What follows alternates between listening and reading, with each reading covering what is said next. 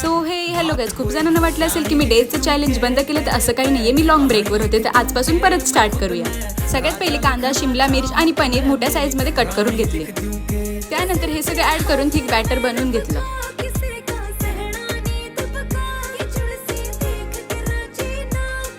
बॅटरमध्ये paneer add केलं आणि त्याला कोटिंग करून हाय फ्लेमवर डीप फ्राय करायला घेतले. डीप फ्राय झालं, टिश्यू पेपरवर काढून घेतले. त्यानंतर तेलामध्ये बारीक कट केलेला लसूण आणि अद्रक फ्राय करून घेतलं. त्यानंतर कट केलेला कांदा आणि शिमला मिर्च ॲड करायची आणि अर्धी कच्ची फ्राय करून घ्यायची.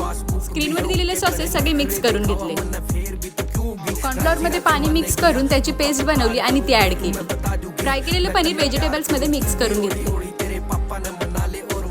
लास्टला कोथिंबीर आणि कांद्याची पात ॲड केली.